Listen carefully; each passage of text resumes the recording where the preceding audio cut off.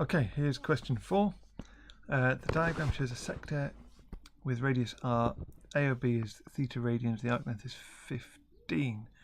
The area is 45. Find the values. So if the arc length,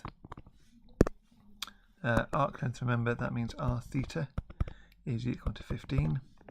And the area, that's a half r squared theta, is equal to 45. We need to find the value of r and theta. So if we divide these two, if we were to do a half r squared theta over r theta, that would be 45 over 15. We get theta cancelling out there. We've got a half of r is equal to 3. So r must be 6 centimetres. If r is 6, therefore 6 theta is 15. So theta is, what is that? That's 2.5, isn't it? So 5 over 2 radians. And there we go.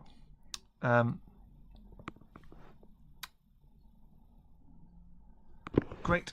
We could just check that, couldn't we? So a half of 36, that's r squared, gives us 18 times 5 over 2. Half of it is 9 times 5 is the 45. Good.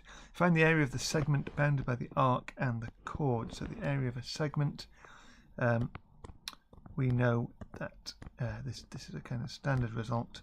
So if there's r and there's theta, then the segment, that bit that we're after, is area is a half r squared theta minus a half r squared sine theta. That's the half AB sine C formula.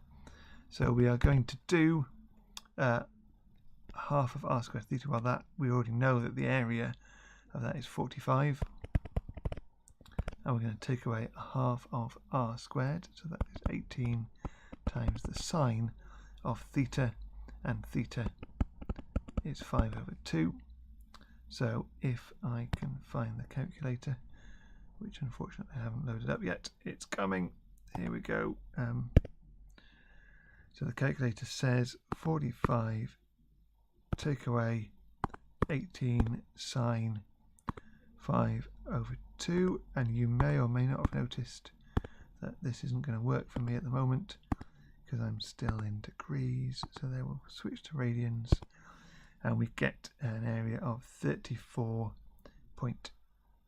to 3 significant figures. There we go, and that's